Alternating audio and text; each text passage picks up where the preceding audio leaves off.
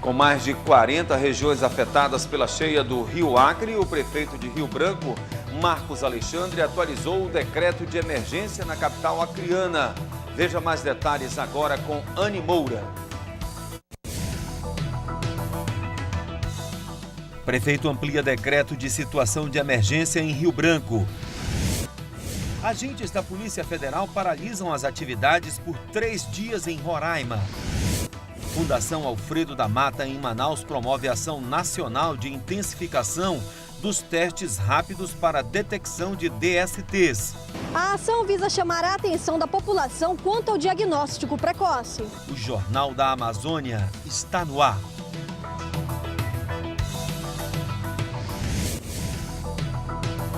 Subindo e na última medição desta terça-feira atingiu a marca de 16 metros e 62 centímetros.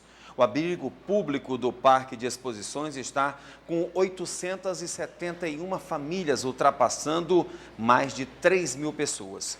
No abrigo montado no ginásio coberto, no bairro Aeroporto Velho, estão abrigadas 37 famílias. Em Rio Branco, 18 bairros estão atingidos pela alagação.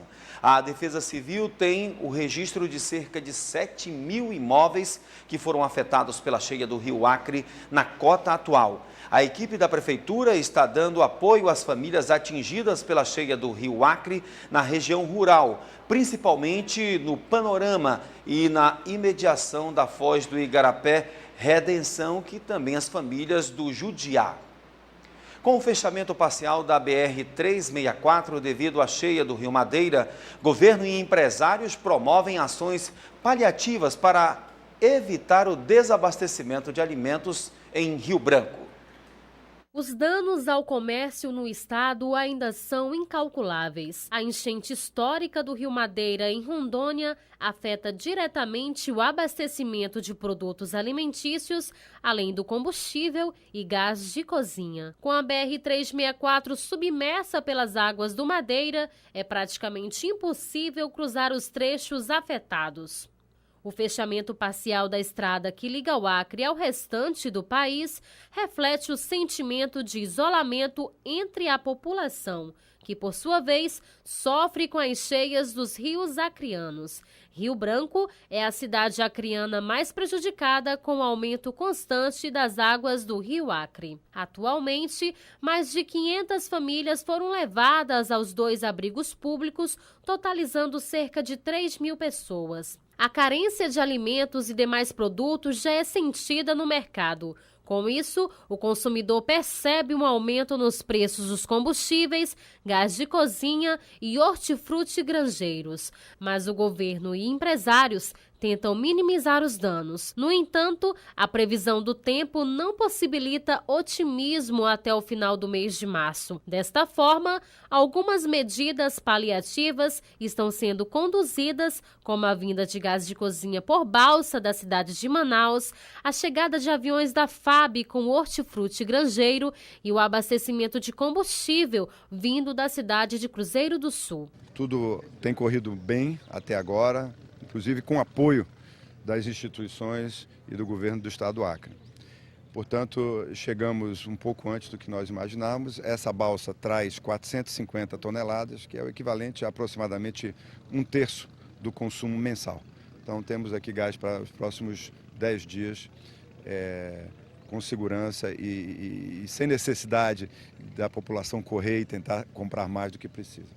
O esforço do governo federal, do governo do estado, na transferência desses produtos de Rondônia para cá, sem cobrança de custo, é para que não se aumente preço, para que se valorize o consumidor nessa hora. Claro, quando você olha um item como o tomate, aumentou em São Paulo, centro produtor aumentou lá no Centro-Sul, aí vai ter um aumento aqui, não tem a ver com a cheia. Agora, os outros bens de consumo, que não sofreram aumento nas áreas produtivas, não tem razão para estar aumentando aqui e a população precisa estar atenta e combatendo qualquer aumento desleal de preço. Outra alternativa é enfrentar os trechos alagadiços na BR-364 entre Rio Branco e Porto Velho. No caso, Muitos motoristas se arriscam com seus caminhões carregados de mercadorias e cruzam os trechos submersos, mesmo colocando em risco suas próprias vidas. Agora sim, com mais de 40 regiões afetadas pela cheia do Rio Acre, o prefeito de Rio Branco, Marcos Alexandre, atualizou o decreto de emergência na capital acreana.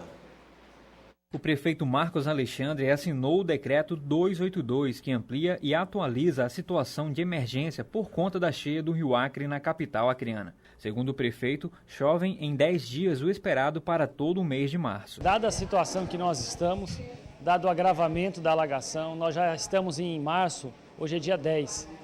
Nesses 10 dias já choveu mais do que a média histórica. Então já choveu, o que em toda a história choveu o mês de março, choveu em 10 dias. Diante disso, nós ampliamos o decreto de situação de emergência, porque o decreto nos permite ampliar as ações. 20 bairros da zona urbana e 24 regiões da zona rural foram atendidas pelo novo decreto. Entre as várias justificativas, o documento considera a necessidade permanente de dar continuidade à adoção de medidas de proteção. Há, atualmente, 6.427 imóveis afetados pela enchente. Com esse decreto, vamos pedir uma complementação de recursos para apoiar as famílias, para apoiar todo esse adjunto que nós estamos fazendo para prestar assistência e também, no futuro, ajudar com que os bairros afetados, as pessoas possam ter o FGTS, a questão do IPTU, aquilo que o decreto cria de condições no pós-alagação. Então, estamos hoje ampliando o nosso decreto de situação de emergência. O município de Manicoré, no sul do Amazonas, está em estado de emergência. A cota d'água deste ano está 2 metros acima em relação ao mesmo período do ano passado. Os ribeirinhos acreditam que quando as espumas são abundantes, a cor da água fica turva e a velocidade da água aumenta, são indicativos de que o nível do rio está subindo em ritmo acelerado. Atualmente, a média é de 12 centímetros por dia. O nível já ultrapassou em 2 metros e 44 centímetros a enchente do ano passado, neste mesmo período. E em 64 centímetros, a de 2007, considerada grande nesta região. Para se ter uma ideia da velocidade da enchente, há 15 dias era possível se ver essas casas. Agora as águas já atingiram o telhado delas. A ponte que dá acesso ao flutuante já foi suspensa 2 vezes. Os postes de energia elétrica do programa Luz para Todos também foram atingidos pela cheia do Madeira. Para amenizar os problemas, a Defesa Civil do município está atuando na zona rural de Manicoré. Estamos com 2 equipes, com 30 pessoas cada uma, fazendo o levantamento das áreas atingidas. Já constatamos imediato danos materiais, humano e ambiental. Está sendo declarada situação de emergência nas áreas do município afetadas pela cheia do Rio Madeira, por meio do decreto número 017 de 10 de março de 2014. O navio de assistência hospitalar da Marinha do Brasil, Soares Meirelles, segue viagem com destino ao Humaitá, onde vai dar assistência médica às vítimas da enchente na região. O navio conta com cerca de 15 militares profissionais da área de saúde. Ele tem a capacidade de realizar atendimentos médicos e odontológicos primários, alguns exames laboratoriais para detecção de doenças tipo dengue, malária, e iniciar o tratamento dessas doenças também. Além de outros quesitos, como teste de gravidez e etc. Então, a missão da Marinha aqui é apoiar justamente nessa etapa de cheia que está tendo no Rio Madeira. A Prefeitura também tem um plano emergencial de atendimento na zona rural. A Prefeitura pretende, já de imediato, entrar com uma ação humanitária aos ribeirinhos que foram atingidos, levando cestas básicas, tábuas, para que a gente possa aí já de maneira imediata, com recursos próprios da Prefeitura, já atender essas pessoas que perderam tudo nessa enchente do Rio Madeira, que já chega a ser a maior de todos os tempos. Em Humaitá, no sul do Amazonas, já são 13 mil pessoas desabrigadas. Boa parte da população está morando em escolas. Além das que estão servindo de abrigo, outras 90 escolas da zona rural também foram afetadas pela enchente. As aulas estão suspensas. Do alto é possível ver a dimensão dos estragos e até muitos animais mortos. Nenhum jacaré resistiu à força da enxurrada. Segundo a Defesa Civil, cerca de 13 mil pessoas tiveram que deixar as casas. Muitas estão abrigadas em escolas. A balsa que faz a travessia do Rio Madeira na rodovia Transamazônica não opera há quase um mês. Na BR, em Santo Antônio de Matupi e Apuí, aproximadamente 40 mil pessoas estão isoladas. Já perdi várias coisas. Algumas roupas que estão pelo fundo d'água, molhou uns colchões, os livros, tudo. E as coisas a gente está subindo até o teto. Se chegar até lá, a gente vai ter que tirar o telhado lá e a água está dando na cintura dentro de casa. Várias casas na margem da rodovia estão praticamente submersas. Nesta região já falta comida, combustível e produtos de higiene. Os prejuízos passam de 60 milhões de reais. Além das plantações, 18 toneladas de peixes de cativeiro foram perdidas. Todos os produtos oriundos da agricultura familiar estão sendo perdidos nessa enchente histórica do Rio Madeira, principalmente aqui no município de Humaitá. Todos os poços artesianos da região rural foram contaminados. Mais de 15 mil alunos estão fora das salas de aula e correm o risco de perder o ano letivo. Muitas escolas da zona rural terão de ser reconstruídas quando a água baixar. Por causa da cheia dos rios da região, vários trechos da BR-230, a Transamazônica, estão interditados. O distrito de Santo Antônio do Matupi, em Manicoré, está isolado. De acordo com os moradores, a cheia já é a maior da história e o nível das águas na região não para de subir. Por causa da correnteza, a balsa que fazia a travessia no rio Aripuanã, ligando a rodovia Transamazônica, parou de funcionar na semana passada, deixando diversas comunidades isoladas. A cheia do rio Roosevelt também causa transtornos. As águas invadiram a estrada a 140 quilômetros de Apuí. A situação não é diferente no rio Manicoré, o que deixou muitos moradores desabrigados.